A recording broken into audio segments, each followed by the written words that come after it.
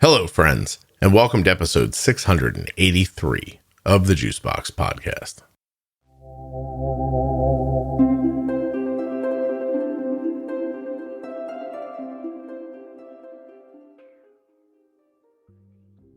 On this episode of the Juicebox Podcast, I'll be speaking with Megan. She is an adult living with type 1 diabetes, and she has rodeo stories, among other things. She actually has two sisters who also live with type 1. We'll find out more about it on today's episode of the Juicebox Podcast. While you're listening, please remember that nothing you hear on the Juicebox Podcast should be considered advice, medical or otherwise. Always consult a physician before making any changes to your healthcare plan or becoming bold with insulin.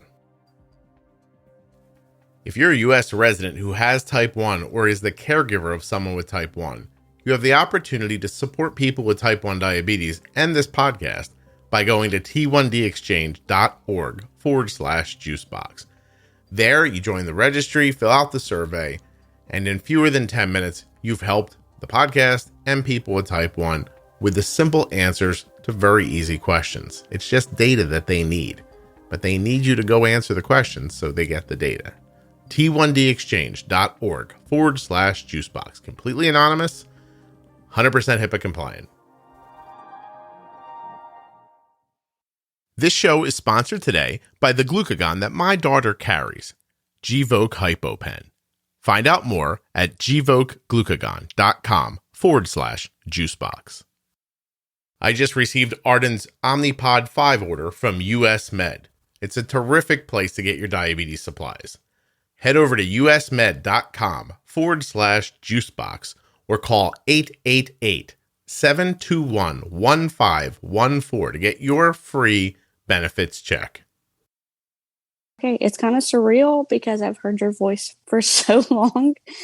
It's weird that you're actually talking to me this time. Well, are you worried that it's a voice in your head? Because I could say something specific to you. I know your name is Megan. A voice in your well, I guess a voice in your head would know you're Megan as well, right? All right, hold on. Let's think of something I know that your voice. I don't know anything the voice in your head wouldn't. I could be a voice in your head, Megan. Oh well, right. You just have to live with it. Yep. All right, go ahead. Whenever you're ready, go ahead. Hi, my name is Megan. I am a type 1 diabetic who've been diabetic for 26 years.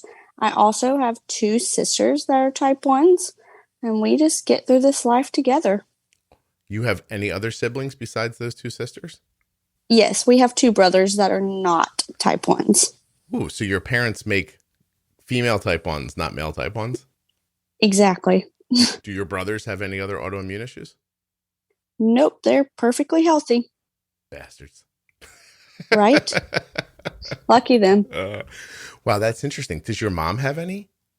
Nope, nobody in either side of our family has any really issues. They had done a lot of studies at the beginning when the first two were diagnosed because my oldest sister is 19 years older than I am. And so when they were diagnosed, it was 3 days apart. They had done a lot of studies trying to figure out why it was just those two. And they had first kind of thought about maybe it was every other child. Well, then after my middle sister, my brother was born and he wasn't a type 1, but my mom had lost one between the two of them. So they were like, okay, well, it's not that. And my mom talks about how when she was pregnant with my younger brother, she said, I prayed that he was a boy and wouldn't be a type 1 because I couldn't handle three of them. And then 3 years later, here I come, a girl, type 1 also. Nice of her to tell you that story. Right. So, I said, sorry. So you've had type 1 for 26 years. How old are you? 29. I was diagnosed when I was 3. Okay. And how old is your older sister? She's 48. So they were diagnosed in 82.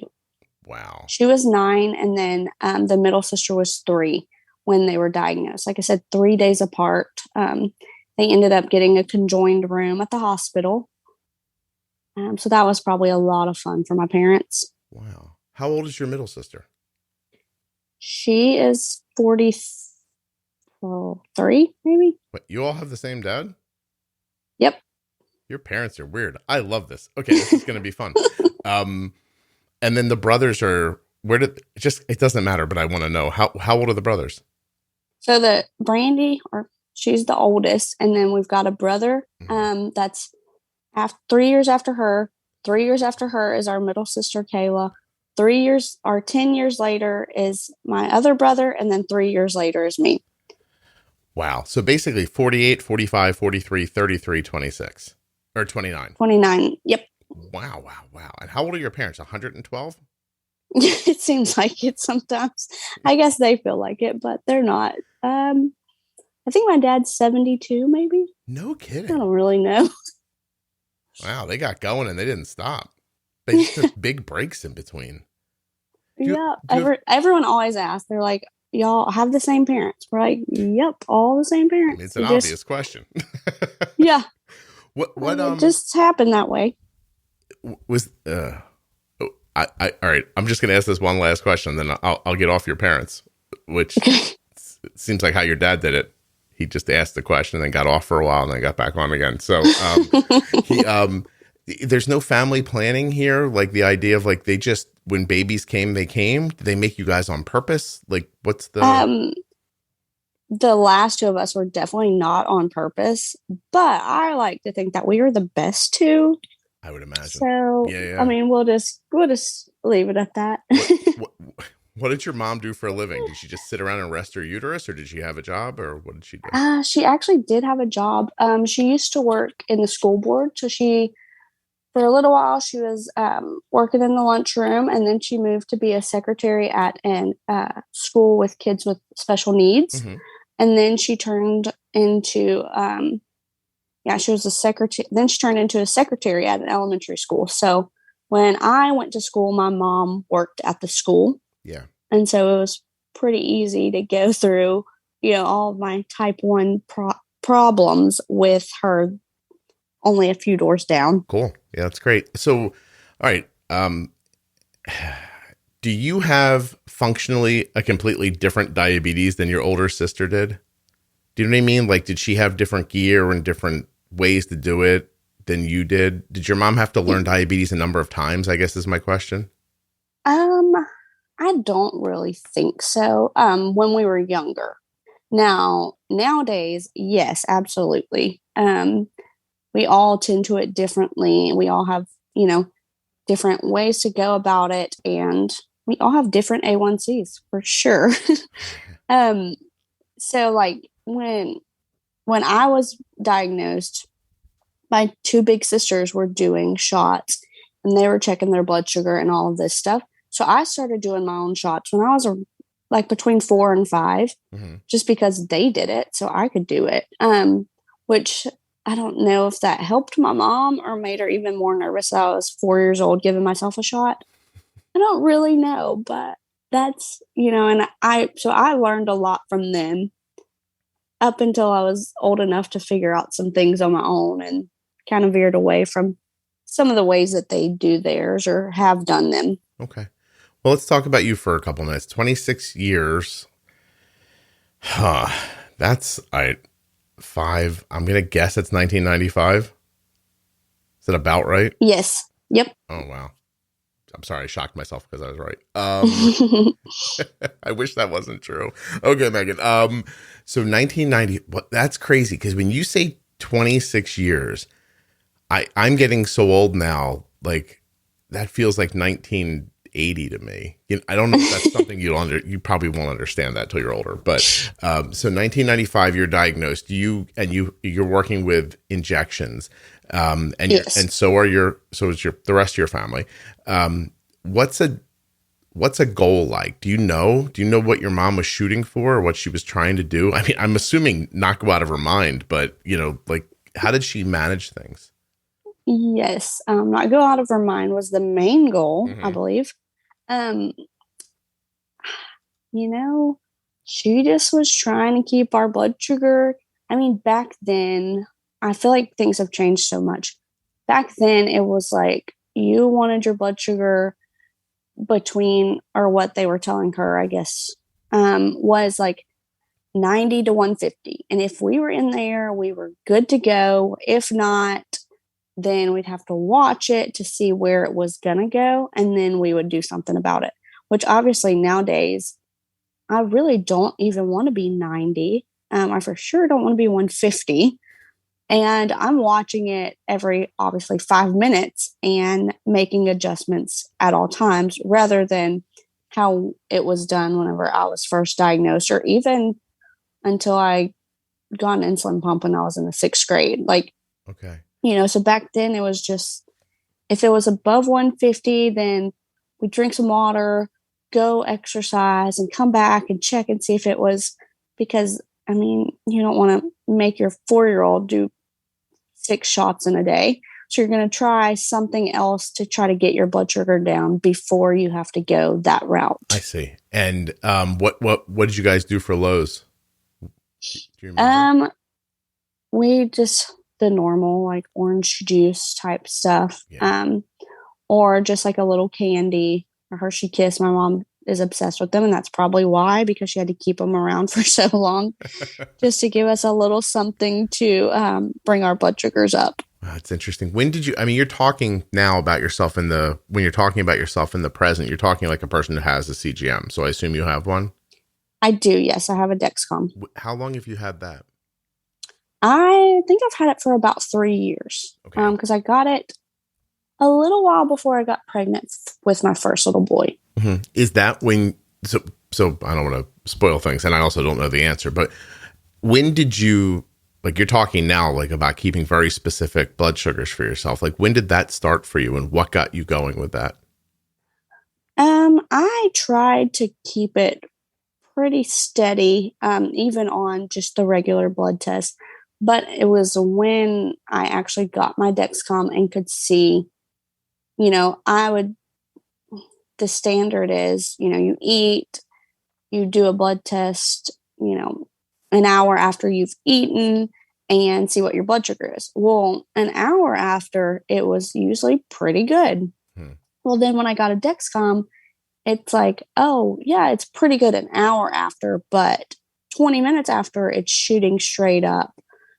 So I guess it was when I got a Dexcom that I really started paying a lot more attention to keeping my blood sugar stable at all times. Because I would, do a blood test every couple hours. And if it was still pretty good, then you're like, oh, yeah, I've kept it this whole time. That was awesome. Mm-hmm. In reality, that is not how it was. Yeah, it was jumping up and then staying up and then probably crashing down. And you were just testing at times where it looked okay.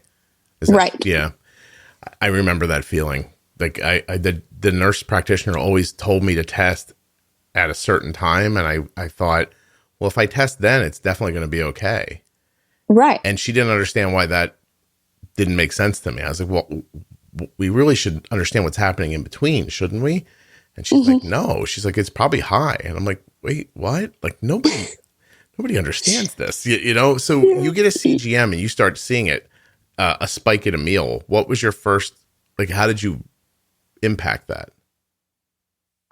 So I started talking with my endo a lot more about just trying to get it figured out on because I got a Dexcom and a new pump on the same day, which maybe not was a good idea, but it's fine. We've got it figured out.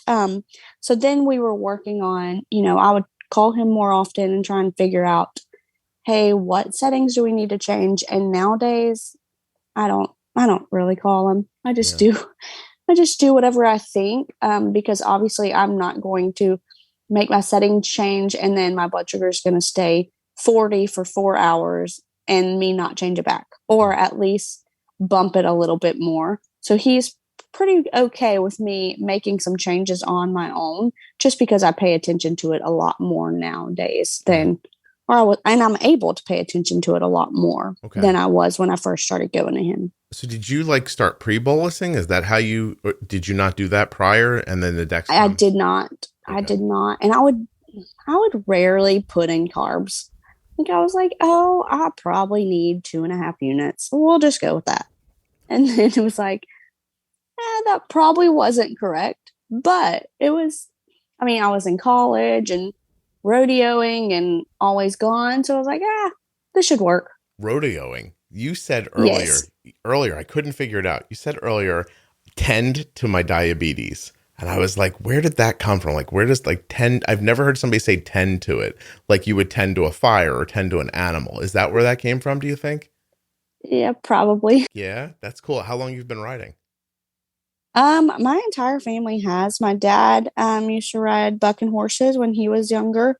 And then they're only the oldest sister. She's the only one in our family that has not rodeoed. My husband is a bull rider. My brothers rope calves. I've roped. My sister has. It's just in the family. You know, one of my uncles owns a rodeo company. My brothers made the Super Bowl of rodeo, is what they call it. This will be his 12th year. And so it's just in the family. We've all done it, and we all love the sport and continue to stay active in it.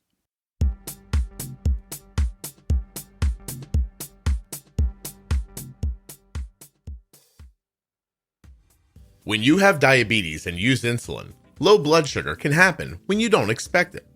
Gvoke HypoPen is a ready-to-use glucagon option that can treat very low blood sugar in adults and kids with diabetes ages 2 and above. Find out more. Go to gvokeglucagon.com/juicebox. Gvoke shouldn't be used in patients with pheochromocytoma or insulinoma. Visit gvokeglucagon.com/risk.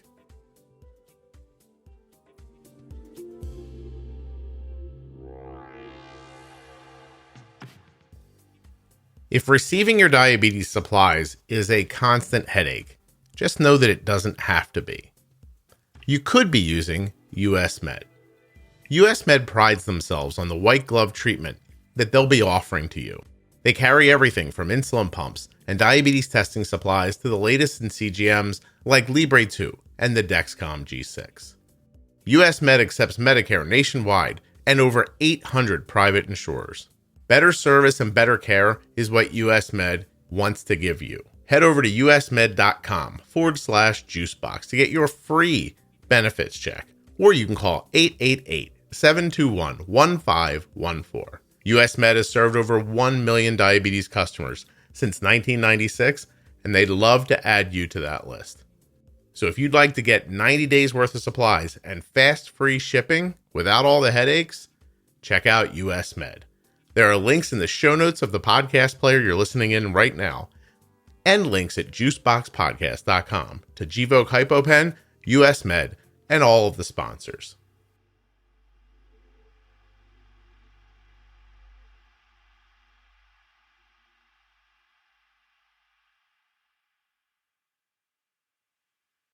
PBR, is that the professional? Nope. No, that's something different. Yes, that's the professional bull riding, but we're in the PRCA, which is the Professional Cowboys Rodeo Association. Megan, do you want to hear something weird?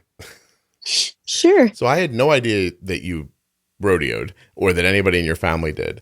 And yesterday, all right, so it's a little bit of a side street. It may not come to a surprise to some of you, but the popularity of the podcast, I get a lot of emails from people who want me to do things.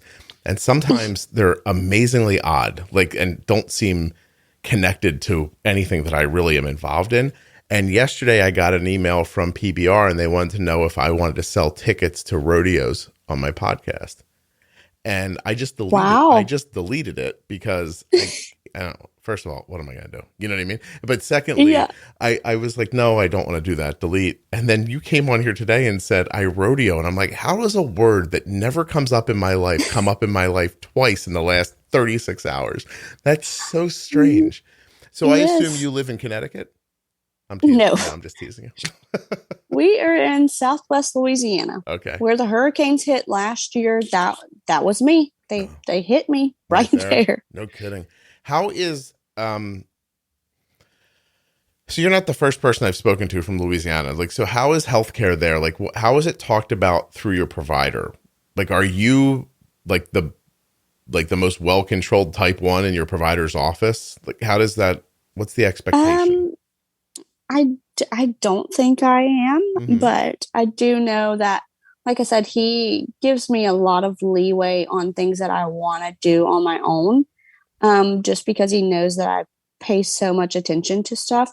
And when I go in, I'm like, hey, this is what I'm seeing. I think we should change this. And that's if I haven't changed it already. Because I like to let him, kind of obviously give me his expertise on it. Right. And so we'll talk about that. But my endo is great. He's super smart and he helps with whatever, but he also will sit there and listen to what I believe we should do rather than just being like, oh, well, you don't have a degree, so you don't know anything. I'm going to tell you what to do. Okay. Which is really, really good. Yeah. Now both my sisters also go to him just because he's helped me so much and is, like I said, always open to what I believe. Are you close with your sisters? Yes. Do you guys talk about diabetes, or does it not come up? Oh, all the time. Okay. All the time. How does that intersect with your communication and your relationships with them? I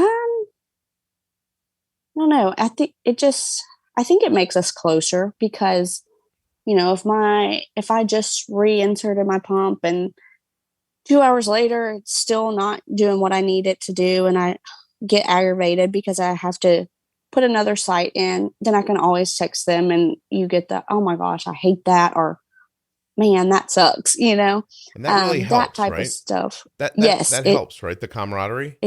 It does. Yes, absolutely. Yeah. I think I wouldn't be, that sounds weird. I wouldn't be the diabetic I am today without them. That does sound weird, but in the same token, that is true.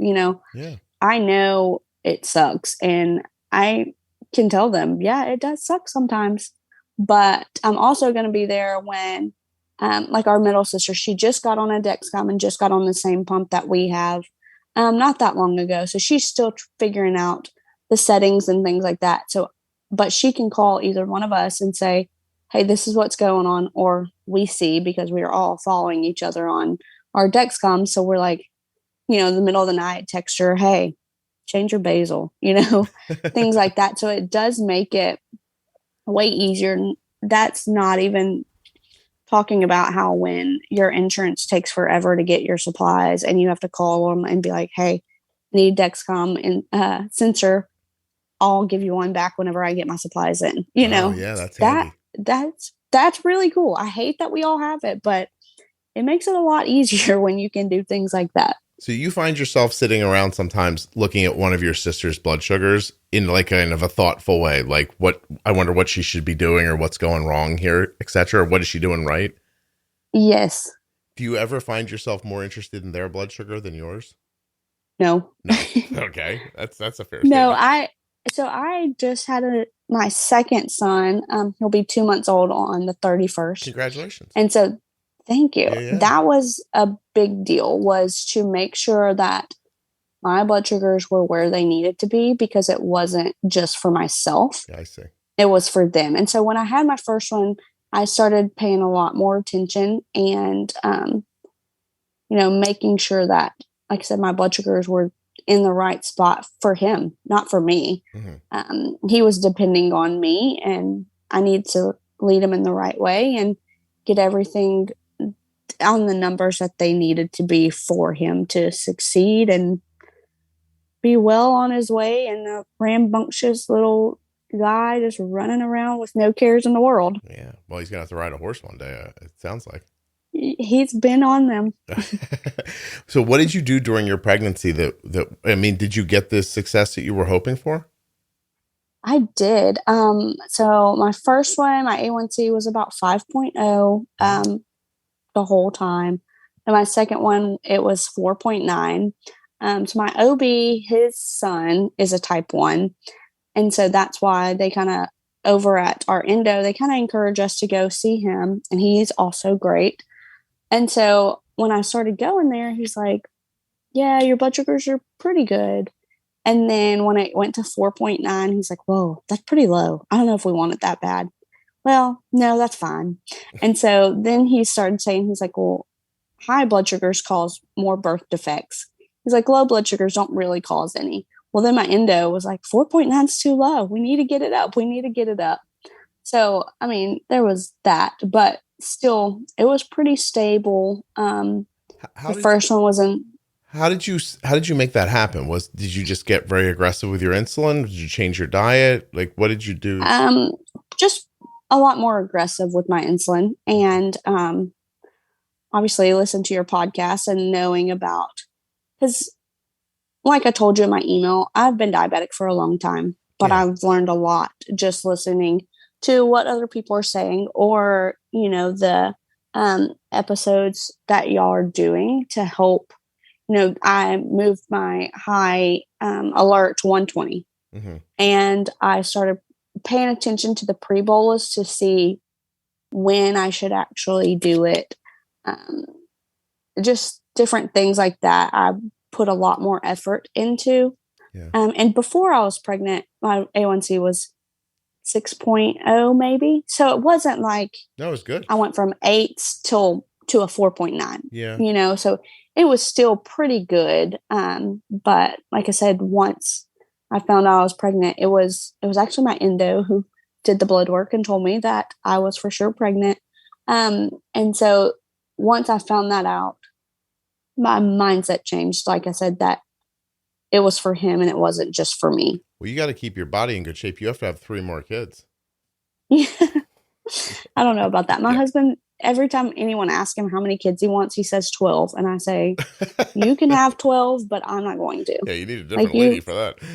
Yeah, you can find someone else for that. Or 4 people maybe to get that accomplished. Right? 12. What is he, Rockefeller? How much money's he got? Who's paying for these kids? Right? I don't know if he just thinks, kids are free labor. They can help him with the cows and all the things we got going on. I really don't know, but he says that anytime anyone asks him. Do you have a farm, you and your husband? Yes, we have some pastures that are ours, and then we have some leased pastures and cows and dogs and all the good stuff. Wow. Do you make a living with the farm? Is that how it works? We just have that kind of as a side deal. We do make money off of it, but we also work we are self-employed, so it's not like we have these 9-to-5 jobs or anything, but we do make part of our living off of it. Yes. Cool. That's really excellent. Tell your husband you cannot make 12 babies. And is your oldest a boy or a girl? Boy. They're both boys. 2 boys. Would it be, so do you worry about them having, all 3 of your sisters have diabetes. Do you worry about them having diabetes, or do you just how do you think about that? Yes, it's obviously always in the back of my mind.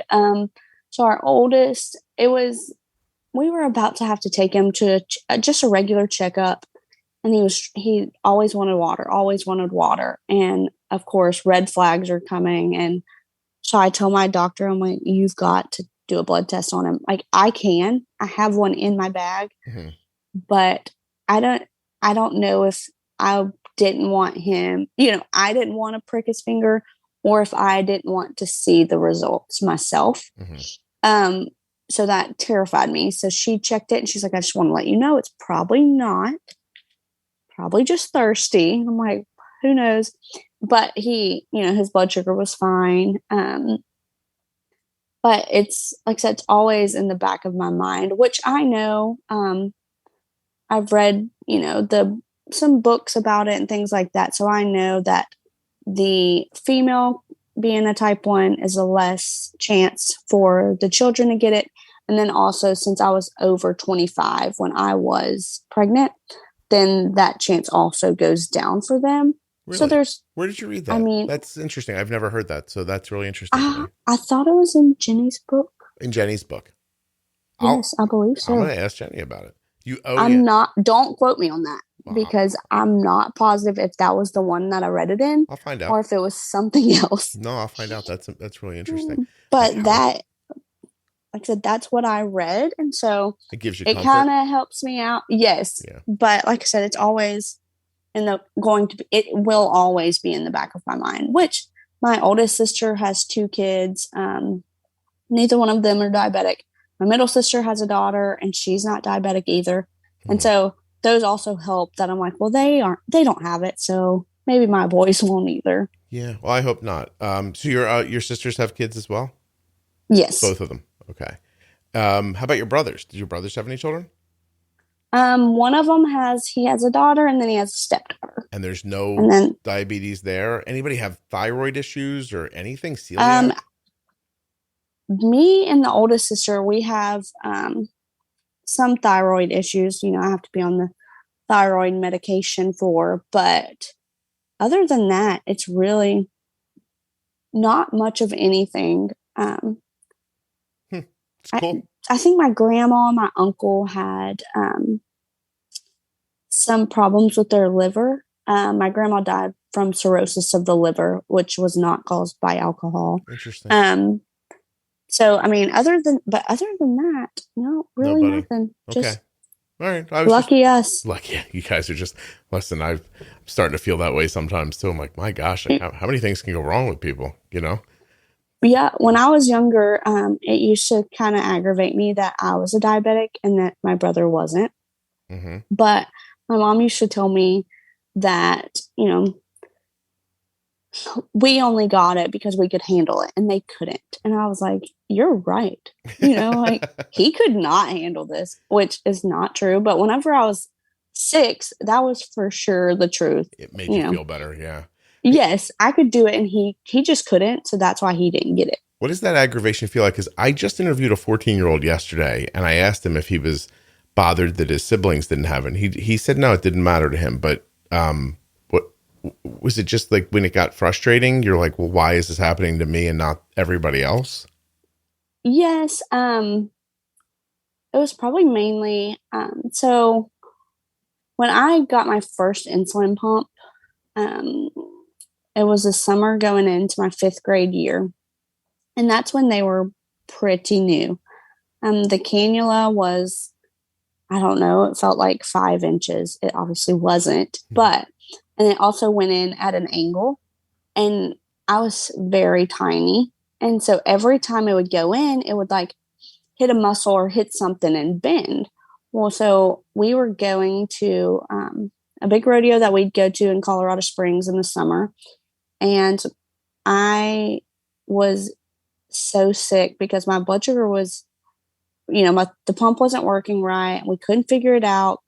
And that's pretty much mainly the time that it got so aggravating, was because he could go and have fun and do all the stuff that we do, at that rodeo that we go to every year. And I literally just had to sit in the camper because my blood sugar was going so crazy.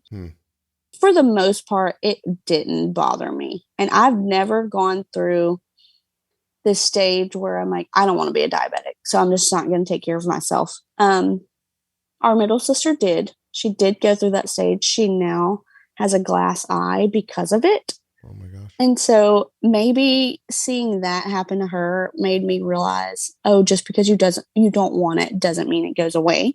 Right. And you still have to take care of yourself to prevent things like that from happening.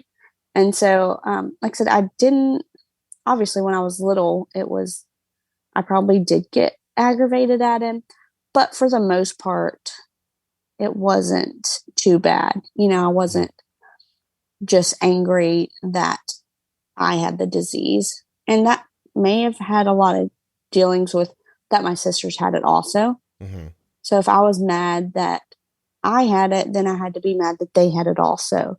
But they weren't, at that time, they weren't mad about it. So I didn't need to be. When did your sister, did she always ignore it, or was there a spot in her life when it popped up? There was, a spot in her life.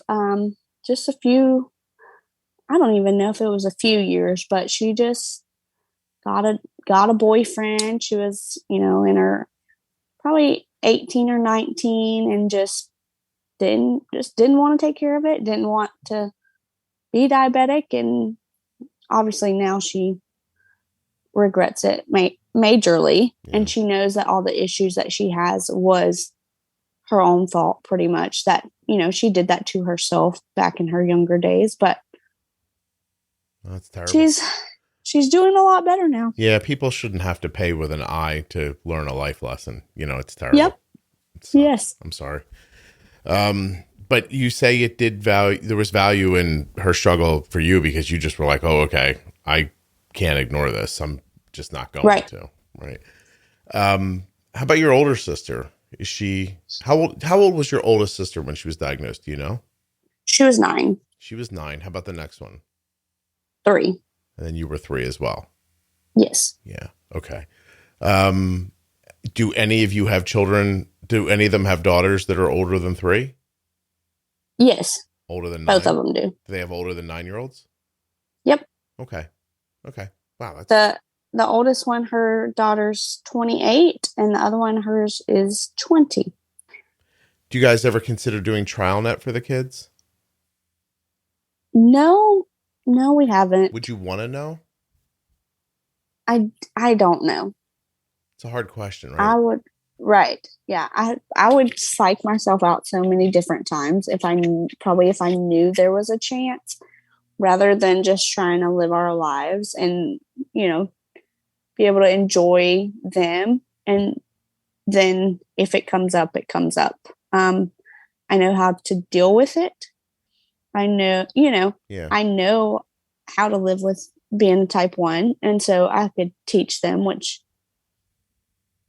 obviously it will be very different to being the mother of one rather than being it myself. I would cry a lot more than I do just for myself. Probably just in the beginning. Do you cry about diabetes still? No. Does it get overwhelming? No, not really. Not anymore. Had it in the past? Yeah, it used to. Like I said, when I was in college, it's not like I was a party animal. I've never had alcohol or drugs ever in my entire life. So it's not like I just got off on, drugs and alcohol in college and my blood sugar went crazy. But I guess it was just late nights and things like that would make my blood sugar kind of go a little different than they are now. Right. And so then it would be aggravating just that I was always having to do something different to take care of it. Yeah. When the same things weren't working. But no break, like you didn't have any like real breakdowns where it just it kind of crushed you. No, not really. Okay. My question just flew out of my head. That's insane. I've been thinking of this question for 10 minutes. How is it possible that now that I need it, it's not there? This is very disappointing, Megan. All right. So while I find my question, can you tell me a little bit about what you've taken out of the podcast that's been valuable for you?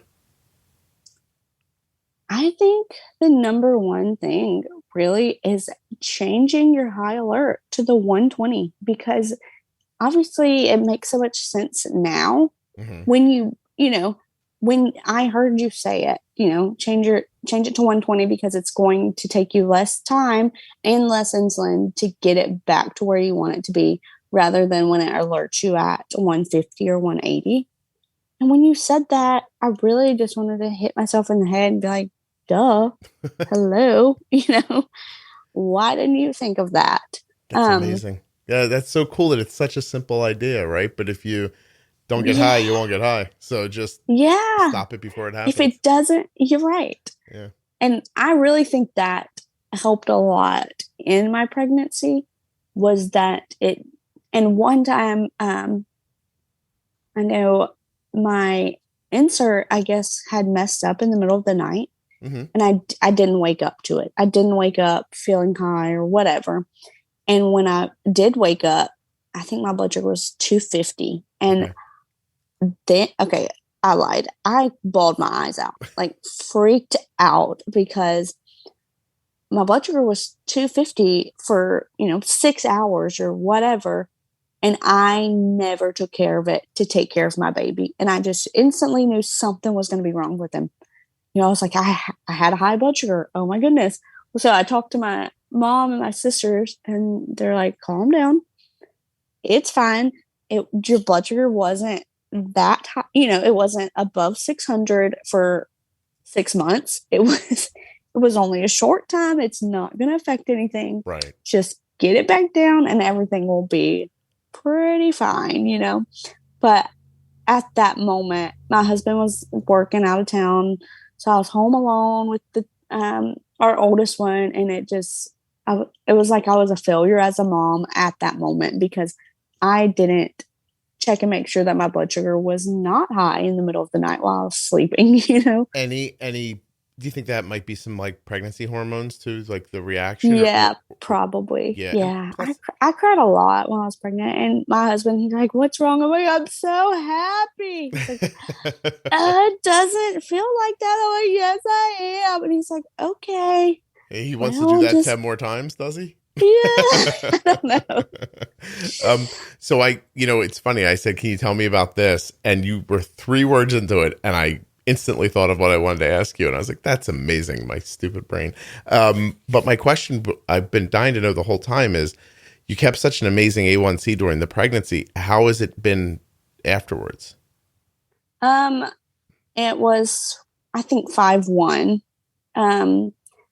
Went a couple weeks ago when I went to my endo. And then after my other son, it never went above 6. I think it was 5.2, maybe went up to 5.7 between having the 2 of them.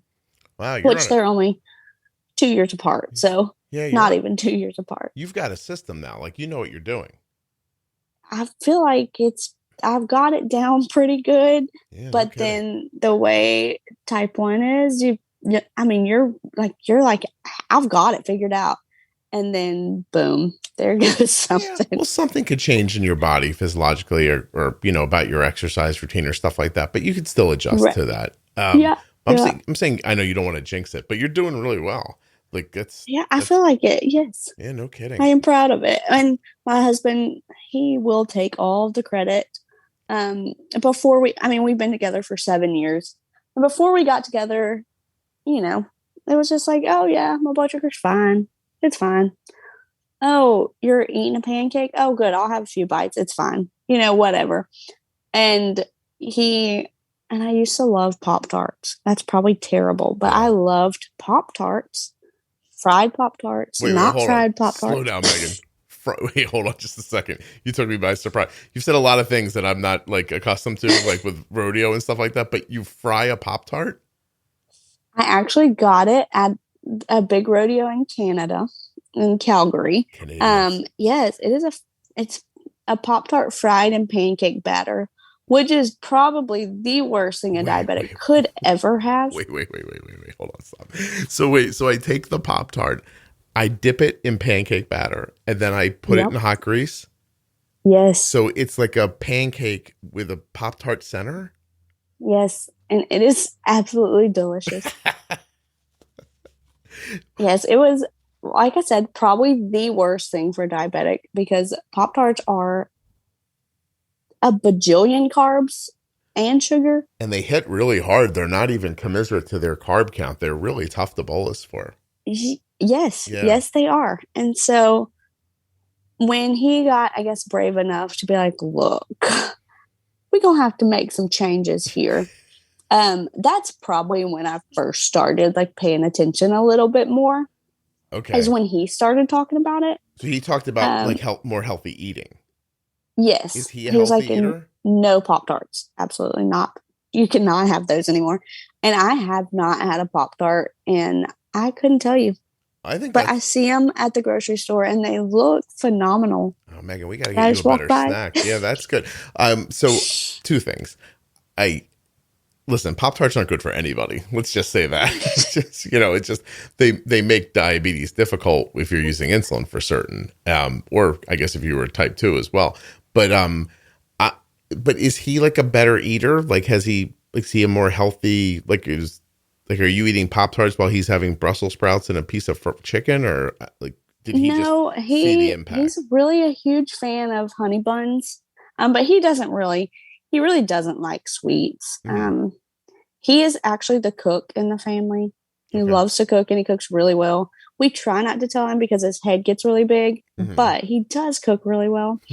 And we're from the South and in Louisiana, so we eat rice with pretty much every meal. Right. So it's not like he's a healthy eater, but I guess he doesn't like sweets for one, and then he realized that those are really, really bad for me. Yeah.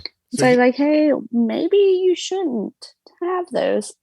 And then he would just, in a loving way, want my blood sugar to be I understand. the best, just so that I would feel better and all this stuff.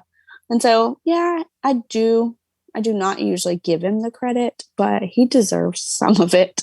Well, I don't want to push you down a road, but what's your favorite Pop Tart? Strawberry. Strawberry? Hot or Yeah, cold? that's the one. Hot. Hot. All right. Like crunchy? That's the ones they fried.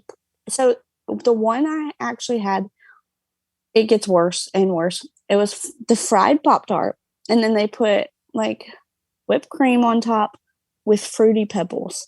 Oh my god! And so it was terrible. A Canadian did this for you? Yes. They're supposed to be kind. So it's like the festival, like the huge. They have all the rides and all this stuff. The Calgary Stampede. And so they had the fried Oreos, fried ice cream, fried butter, all that fun stuff. Wait, you can fry butter? Yeah, it's weird. And ice cream. I don't understand how they do it. I've never tasted either. So how would you so the butter hits it's got to be frozen, right? You put frozen butter into how the hell do you fry butter? Isn't butter just grease that hasn't been melted yet? Yeah, right. I know it's confusing, but people do it. Probably a wizard living in Canada that figured that out. Yeah. I have to be honest with you. I've never had any of the things you've just said. And as you're saying them, I don't want them. but I don't like greasy stuff to begin with. Like anything deep fried is not really my speed. But that's all right. That's really interesting. Okay, so so you're not having trouble managing your blood sugars after the pregnancy. Like sometimes people come on and talk about like I was able to take care of it during pregnancy, but after the baby came, I got so busy and like I kind of forgot about myself. But you're staying on top of it. Yes. So this one, my first one, my blood sugar would drop a crazy amount breastfeeding him. Mm-hmm. So it could be 120 when I start feeding him, and by the end of his feed, it's like 60. And so when I went back to my endo after I had him or had my second one, we kind of tweaked some things. And it hasn't been like that. Now, the past few days, if it's, my blood sugar, if I over bolus, because I'm actually working at a rodeo right now. Okay. And so there's a lot going on. But if I over bolus and am working and don't finish my food in enough time before the bolus hits, and it starts going down like one little baby piece of chocolate to try to get it up and level out. Mm-hmm. It's just shooting it straight up. So that's something that I need to work on. I don't know what could cause that or what settings I need to change because it doesn't make sense. But for the most part, it has been pretty easy for me to take care of and to stay on track. I guess just because I still just want to make sure I take care of myself for them. Yeah. That they don't deserve me to not take care of myself or to not pay enough attention to be able to take care of myself. So, Megan, you're a good mom. Thank you. Yeah. And the oldest one, like I said, he's a rambunctious little guy, and he loves to be on the move and play buck with pillows and watch tractors go around in circles for hours. And you don't just release them in the wild after you have them, right? You keep them in the house. Yeah, for the most part. He's released a lot. Because I was like, maybe she's just like putting them out in that pasture, and then they're not really that much trouble. Yeah, they can take care of themselves. Yeah. You referred to the end of breastfeeding as like the end of feeding time, and that was hilarious. I didn't laugh because you were being so genuine when you were talking about it.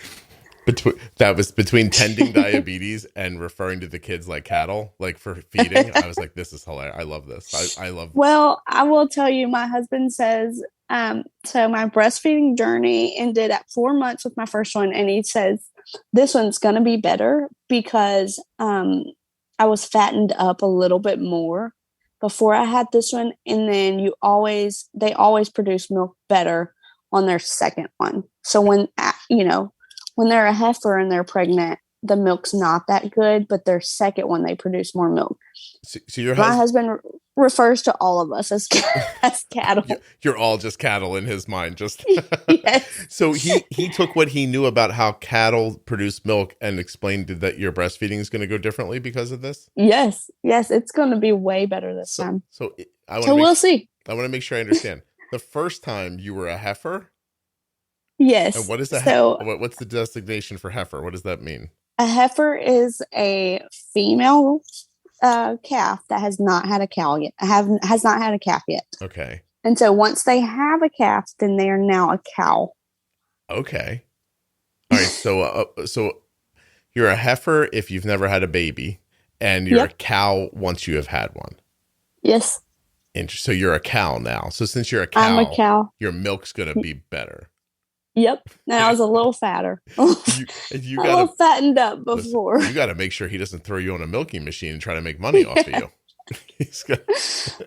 You'll fall asleep. You'll wake up and hear click, click, click, click. You're like, whoa, hold on, what's happening? Yeah. That's a loving thing, right? For people up north who hear this, like he's not commenting on your weight. It's literally just it's I know. As genuine and loving as he can be. That's excellent. If you have more than one calf, you're just always a cow. Yes. How do you think it would go if I referred to my wife as a cow today without explaining this conversation to her first? Not well. Not well. I would advise against that. Yeah, I'm not going to do that. I was just wondering what you thought. Like, what level of lamp do you think would come at my head if I was like, I was talking to Megan today and her husband says you're a cow. So, yeah, without context, I think it gets ugly. Yeah. I would definitely die in that conversation. Yeah, I would not end well. Does your of your three siblings who have diabetes, would you call your management the tightest or no? Yes. Do they ever ask you about it because they can see your CGM? Yes. What do they want to know? Yeah. Just on like the changes that need to be made on their settings.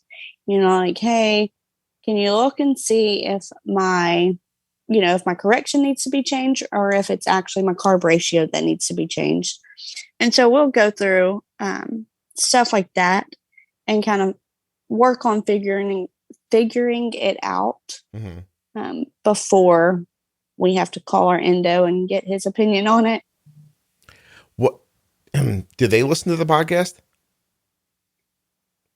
I think they do some, but not as much as I do. Has that ever been your answer? Have you ever been like, you should just listen to this? Yes, I've told him multiple times. I'm always trying to understand. By the way, I have to get this thought out of my head before I go down this road. Do you think I could get away with calling the episode Megan as a cow? I couldn't, right? There'd be backlash from many different feminine groups and things like that.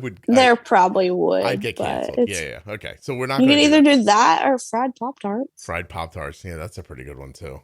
I have to be honest, that's a really good one. You might have just done it. Okay. So I'm trying to understand, not about your sister specifically, but in general. I was just having this conversation. Actually, before I got on with you, I was having a conversation with one of the people who facilitates one of the ads that I have on the podcast. Mm-hmm. And I was talking about a thing that I wanted to do to help people, and I was looking for funding for it. And we were having a bigger conversation. And during that conversation, I said, it's hard to do a good thing for people. Like you have to talk them into it sometimes. And I said to her, I was like, there are times I want to just like grab people and go, listen, I'm going to do this thing for you now. It's going to help you. Like, just accept it. You know what I mean? Like, because sometimes it's not that easy. Like, making the information available isn't enough sometimes. Making it accessible and easy to listen to is not enough sometimes. Sometimes I've had people tell me, I don't have time to listen to the podcast.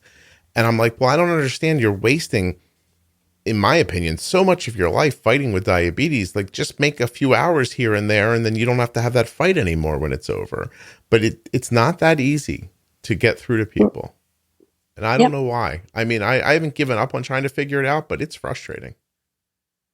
Yeah, I could imagine. Yeah, that is true. Just to give them the information, like you said, readily available doesn't always work. It's not enough. Pushing them to try and listen to it. I forever just think harder. Yeah, I forever just think of one person who responded to me. I said, look, I've put a lot of my life and time and effort into creating these episodes here. I think if you just listen through them, your answers are in there, plus way more. It'll be easier for you. And she's like, can't you just explain it to me? And I was like, well, I mean, I did in all of these episodes. I put them I did already. Yeah. It's there. Like, just go listen. But too much. And so, right. I don't know. Like, I don't want to think that some people are beyond. Hold on one second. I'm sorry. It's the time of year. I don't want to think that people are beyond help, because I think everybody could figure it out. And I do think the information would reach most people. I don't know. Like, I mean, it can't be my job to chase people around one at a time. But do you ever feel responsible for your sisters? Do you ever feel like you know something and why won't they just do it or listen, or does that ever come up to you? Yes, I've actually, for them and for my OB, I guess before I knew you had a list of all the defining diabetes episodes and things like that, and the pro tip series, I went through and made a list of them. And I was like, look, you don't have to listen to, like this. Like, just, this is about my life. I'm not really going to teach anyone about anything right here. Well, I think you're wrong, but okay. But, I'm like, if you at least listen to these, they're teaching you a lot of things that will affect your diabetes and how you manage it and all of this stuff. So I'm like, if you're only going to listen to some, then listen to these. Yeah, I agree with that. Which, I don't, like I said, I don't really know how many they have listened to. They do have better control of it within the last couple of years. Mm-hmm. I'm not saying that's because I decided that I needed better control over mine, or what really pushed them to no, I understand. Think about it more. But nowadays they are. That's excellent. I agree with you too. Like, I think the podcast is entertaining. I enjoy it. Like, I'm really enjoying talking to you. I think people would really enjoy listening to this. But everybody doesn't want this conversational stuff. Some people really do just want the management stuff and they want to be gone. And I understand. I think there's a lot to be learned from the conversations, but if you just want to do the management stuff, I get why you would feel that way. Right. But I mean, it's out there, and it's, like, I stand behind it. Those pro tip episodes, the defining diabetes, even like the new variables, that kind of stuff is, you're not going to get that kind of information from a doctor. And it's just very helpful. So, excuse me. I want to make sure, is there anything we haven't talked about that you wanted to? I don't want to get through an hour and have missed something. No. Why did you want to come on? I feel like now I made my husband sound like a jerk, but he really is. He really isn't. That's what you're worried about? Yes. After I said that, I was like, man, people are going to think, why is she married to someone who talks to her about like she's a cow? But he doesn't talk to you like you're a cow. He's using colloquialism for another part of of life. That's what I mean. Yeah. He just is explaining to me as something that he already knows about. So I was like, man, maybe I shouldn't have said that. But he really is very loving. Can I tell you how I took it? I actually took it like maybe breastfeeding the first time was difficult, and that he was trying to comfort you and tell you that it was probably going to be better this time. Yep. Yeah. Yep. That was it. Yeah, in his own way. Exactly. I thought it was terrific. I took it as loving, and I took it as I took it as an insight into your life. I didn't take it as like he's some bad guy running around calling you a cow in a mean way. Yeah. No. Like, why is she still with him? Well, obviously, because you still have to have 10 more of his babies. You can't leave. Yeah. Yes. I do think he's wrong about that, by the way. Yeah. I don't. We're just gonna let him think what he wants to think for now. Megan, it's easier that way. I think if he keeps that thought in his head, you're going to start keeping a stick next to the bed that you're going to hit him with. Like, no. Like, I'm not having 12 babies. My God, exactly. 12 babies. I wouldn't want to be responsible for 12 oranges. I would be afraid they'd go bad before I could eat them. Yeah. That's a lot. That's no kidding. How did your mom, now that you guys are older, Do you ever talk to your mom about your diabetes? Does she still worry about it? Yes. Especially since she can see all of our Dexcoms. She still does worry about it a lot. I sometimes turn mine off because I have a husband that lives in the house with me. So if my blood sugar is going low in the middle of the night and I don't wake up on my own, he's going to wake me up. Yeah. And so sometimes I don't want my mom to have to know about it, I guess. Sure. Because I'm like, I can take care of it. Now, when I'm home alone, then I'll, turn it back on for just in case I don't wake up and they wake up and call me and say, hey, maybe you should check that out. But she still does worry about it a lot. And my dad he'll wake up in the morning and say, okay, who was the culprit last night? Well, who was it? Your parents who are was still it hearing that the was beeping? Yes. He's like, who was it last night that made all this noise? But they but want to know that it's so part of it's for safety, but part of it is because it's just ingrained in them, right? Like worrying about you guys and staying on top of it. Mm-hmm. Yeah. I think I get that. I also understand you wanting to have privacy from it too, but do you think she understands it at all? Like, does your mom get the whole CGM thing? Is she following along still? Yes. Really? Yeah. She, when we first got them, we kind of explained a lot of things to her. And just like stuff on your podcast, when I tell her, I'm like, oh, this is what I learned. And she does kind of like me. She's like, oh, well, yeah, that makes a lot of sense to do, to do it that way, to catch this or whatever. So she still wants to learn about it and wants to help us in any way that she can. That's sweet. That's really nice. Yeah, it makes me feel good. She's a good lady. Yeah, she's not bothered by it either. It just seems like, yeah, it's really excellent. Well, you seem like a good mom. It seems like you had a good mom. So makes sense, right? Yep. I hope I can be half the mom she is. Well, I'm sure you will be. I'm sure you'll do much better. I'm sure you'll take what you learned from her and build on top of it. I'll try to. Are you worried that you won't be a good mom? No, not really. I just know how much my mom has done for us, and anytime I have any questions or need anything at all, that she'll for sure be there. And I plan to be the exact same way for my boys. I see. So I don't think I will be a bad mom. I just have a lot of big shoes to fill. You have such high regard for your mom. You think you might have difficulty living up to what she's done. Yes. No, I bet you won't, but that's really sweet. That's excellent. I like you, Megan. Thank you. This is fun. I think you were wrong about the strawberry Pop Tarts, but I think otherwise it's fun. Like what Pop Tart? Pretty decent person after that. But no, I don't. I just mean picking strawberry first. I think I would have chosen, like, what Pop Tart would I go to right now if I was having a Pop Tart? Brown sugar. Yeah, I mean, when I was younger, it was the hot fudge sundae one. I didn't even know. But now, now I'm just straight strawberry. Now, my oldest one, he loves the little Nutri-Grain bars, with the strawberry. Okay. So it's basically like a Pop Tart. It's just a lot better for him than an actual Pop Tart. Healthier Pop Tart.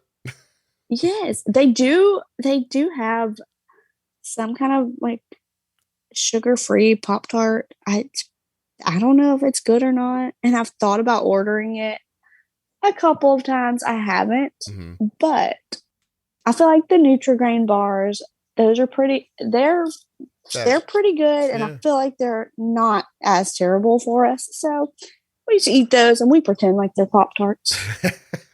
You guys should basically be eating lettuce at home, because when you go to the rodeo, you're going to eat something horrible. You need to balance that out sometime. Yes, for sure. I think one of the most shocking things you told me is that Canadians are peddling terrible food to people at rodeos. Why is Canada's a big, like, rodeos are big in Canada, right? Yeah. Yeah. Yep. Wonder why that is. They're big a lot of places that people don't think. They think if you rodeo, you're definitely from Texas, which, they honestly, that's where most people in America, they think that's it. Mm-hmm. You rodeo, you're from Texas. They don't understand. I mean, like Florida. When you think of Florida, what do you think of? Beaches, Disney World. Florida has more horses and cattle in it than any other state. Yeah. But people don't understand that. Yeah, they just don't know. Florida is a southern state, like at its core for sure. Like it just happens to be on a sunny, just have sunny beaches. Yeah. No, that's 100% certain. I think of Florida as like Texas with a beach. Honestly. Yeah. That's how it seems to me. Yeah, that's pretty much it. Yeah. Okay. All right. Hey, I just have a last question for you and I'll let you go. What do you do in the rodeo? I don't compete anymore. I used to rope. So on a horse, chasing a calf and rope it. And then my rope breaks off and the calf runs away. Like, because he's having a great time. Were you any good at it? I'm not going to say I was very good. No. My Did brothers are. My brothers are good. Did you enjoy it? Yes, I did. Yeah. Yeah. But now, like I said, I'm working a rodeo right now. Now I work for a photographer. Mm-hmm. So he takes pictures of the rodeo events, and then I go in and take the pictures off of the card that he has put them on, and then I move them into different folders for each person. So that when they come up to look at their pictures, all they have to do is tell us their name, and they can look at every picture we've taken of them the whole time. And so we do this. We come to Perry, Georgia twice a year, and then we go we go to Oklahoma, we go to Texas, we go to Louisiana. We just go all over and do that. Wow. So that's what we're doing right now. Does your husband rodeo? Yep, he used to ride bulls. No kidding. That seems like a crazy thing to me. Yeah, it's pretty crazy. Yeah. His whole right side's titanium, and then his bottom left half is titanium also. He's got a couple of plates and screws and things going on. Oh, yeah, he's got a lot. Yeah. Yeah, that sounds like you just said to me like he climbed on the back of a bear and then held onto it. Like doesn't make any sense to me. But that's fine. It's fun to watch, I'll tell you that much. Yep. Yeah. It's exciting and also terrifying at the same time. Yeah, no kidding. All right. Well, I really appreciate you coming on and doing this. Thank you very much. Yes, thank you. Did you have a good time? Yes. Did you? Yeah. I was pretty nervous at first, but then I was just like, oh, well, this is it. This is me. And you did great. If it works, it works. What would, do you, I've never asked anybody this before, but did you have a concern that other people with diabetes wouldn't like your answers about diabetes, or you didn't think of that? Yes, kind of. But I'm a warrior and I want to please everyone. And so obviously I freaked out that I said my husband talks about me like he talks about a cow. So that made me, I kind of freaked out and was like, oh man, I shouldn't say that. So yes, I do worry that people are like, oh, why is she doing it that way? That's not the right way. She's supposed to do it this way, which in actuality, we all have our different ways of tending to it. Sorry, you were getting to it. You almost said tending to diabetes again. I would have loved that, Megan. Come on. Yes. We all have our different ways to tend to the issues that come up with our disease. Yep. And just because the way I tend to mine is not the way that so-and-so tends to theirs does not mean that I'm right or they're right. Exactly. It just is what works for us. And imagine if I would have thought that, if I would have said, no, I don't want to say what I do because I'd be afraid that people would disagree with it, then none of this would exist. So right. And I wouldn't have had so much success from now, almost changing the way that I viewed the disease, I guess, and took care of it. And I went and had 4.9 A1C while I was pregnant. Yeah. Did you name the kid after me? I didn't. Damn it. It was a top runner, but didn't make the cut. You don't have to lie to me. It's okay. Hey, people are getting vanity license plates that say Juicebox on it now. So that's just as good as a baby to me. Yeah, absolutely. There's 3 now. Pennsylvania, Indiana, and Ohio. People have gotten Juicebox license plates. I didn't ask anybody to do it. They just did it. I'm oddly very proud of it. Yes, you should be. I don't know why exactly, awesome. But I'm like, I didn't expect when I started a podcast that one day people would be like, I'm going to put the name of this podcast on my license plate. It made me feel like I have to do it. Like, what if somebody in New Jersey gets it before I do? Yeah. Maybe I have to do it. Yeah, then, yep. Well, I thought you did a great job, and I appreciated everything that you shared. I want to be clear that I think if people wouldn't come on and share how they really feel, that the podcast would be valueless. So it's not important for people to agree with each other. It's important to hear different ideas. And then you can either say, no, I'm good with what I'm doing, or wow, she made a good point about that. And, that thing you talked about setting a 120 alarm for your CGM, I believe that in my heart, but I can't say it every day. You know what I mean? Or the podcast will get repetitive or boring. Yeah. So you brought it up. So I'm thrilled that you did. Truth is, you set a high alarm at a lower level, you can respond sooner before your blood sugar gets higher and use a smaller amount of insulin to stop the rise, which makes you less likely to have a low later. That sentence is really important. And I'm glad you brought it up today. So thank you very much. Yeah. Thank you for teaching it to me. Come on. It's just something that popped into my head once. And I was like, that makes sense. Then I tried it and it worked. And then, it was years later, I had somebody from Dexcom, like a scientist from Dexcom, come on. And they've done an entire study about that in the last couple of years. And it just holds true. You set those alarms at a certain spot, you will do better. That's it. So anyway, I am going to go. I really appreciate you doing this. Could you hold on 1 second for me before you hang up? Yep. Thank you.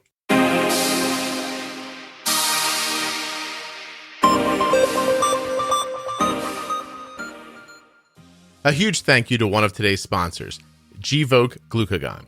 Find out more about Gvoke HypoPen at gvokeglucagon.com/juicebox.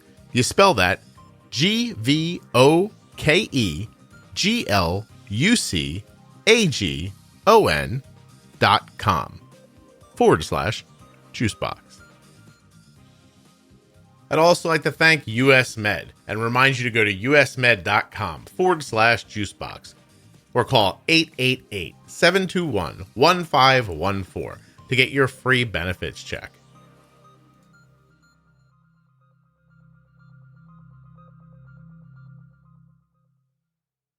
Thank you so much for listening. I'll be back very soon with another episode of the Juicebox Podcast.